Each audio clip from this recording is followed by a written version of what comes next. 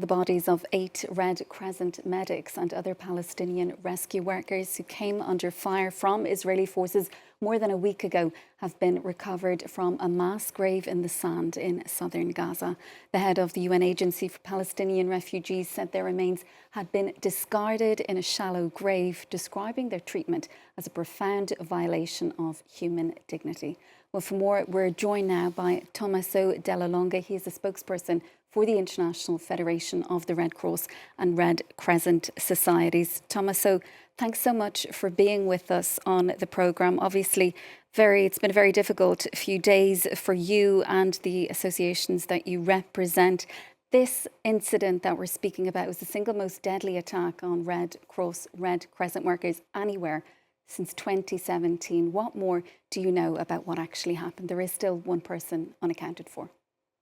Yeah, first of all, thanks for having me this evening, Sharon. Well, what we know is that we still don't know where the 9th colleague of the Palestine Red Crescent is at the moment. So we are still asking for more information about what happened to him. And what we know is that again and again in the conflict in Gaza, humanitarian workers are not respected. And last Sunday, so a week ago, our colleagues, basically they were doing what they're supposed to do, save lives, attend wounded. They came under fire and we lost contact for an entire week. And Palestine Red Crescent, UN, we asked for information, for access to understand what has happened. And yesterday, this dramatic end, what we are seeing now with the retrieval of the bodies. And of course, this is, we strongly condemn it, and it was really shocking for all of us because the Red Crescent emblems should be protected by everyone. Yes, and you say that aid workers in Gaza, they're not being respected. But is there evidence, in your view, that they're actually being deliberately targeted by Israel? You know, this is a very good question, and there are organizations that by mandate have to investigate in all of these. Our first priority is to maintain access to the communities that we serve. But what I can say is that since the beginning of the conflict, we lost 30 colleagues of Palestine Red Crescent, the vast majority in Gaza, some also in West Bank. And this is the icon on where the conflict has arrived. And I also wanted to point out two things. First is that the people that we are seeing here in the red vest are not only humanitarian workers, are fathers, are friends, brothers, sisters, children. They are part of the community that they serve, and they are affecting themselves.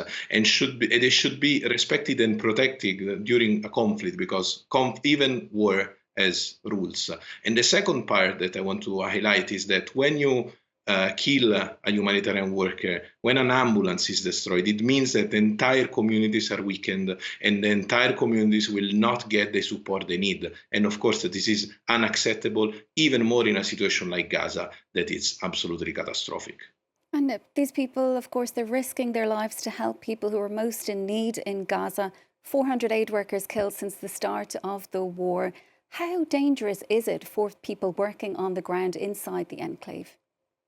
Is extremely dangerous, and sadly, what we saw in the footage that you've shown and the news of yesterday with these 8 bodies retrieved, it's a clear sign that is extremely dangerous. What is really hurting all of us is that, again, rules of war, and we take for granted for many years that these emblems mean protection. Not only for the humanitarian workers, but also for the patients that we attend, for the civilians that are around us. And actually what we are seeing is this trend of disregarding of the respect of these rules. And this is really shocking, sad, but also this means that we'll have to continue to work with the parties, with the government, with every stakeholder to make sure that our women and men are really protected while they're saving lives. And how concerned are you by the fact that Israel has ordered residents to evacuate Rafah, suggesting perhaps that it could be returning to ground fighting there? Just how difficult is the humanitarian situation in Gaza at the moment? And where are these people going to go exactly who are being told to leave again? Thanks a lot for this question. I think that is very important. Look, what we are seeing in Gaza, it's simply catastrophic. If you take out the 6 weeks of ceasefire, where of course something positive have happened in terms of field hospital open, humanitarian aid entry, now has been 18 months of solid 18 months of conflict, where people has been displaced 6, 7, 8, 9, 10 times overnight. So sometimes just these orders arrive and people have to leave. But then what is important to remember is that civilians must be protected in every situation, even if they refuse to leave.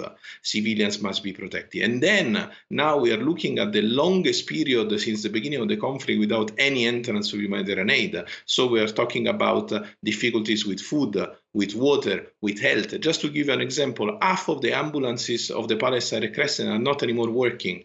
Some of them, of course, because they were damaged by the war, as we saw a few minutes ago, but most of them is because they don't have any more fuel, because fuel is not entering inside the Gaza Strip. So it's clear that even the health system, if medicine and medical equipment and fuel not entering, will collapse soon. And of course, again, this is unacceptable. But what is really frustrating that we have been repeating the same messages for 18 months, but this is again and again the situation that we're facing.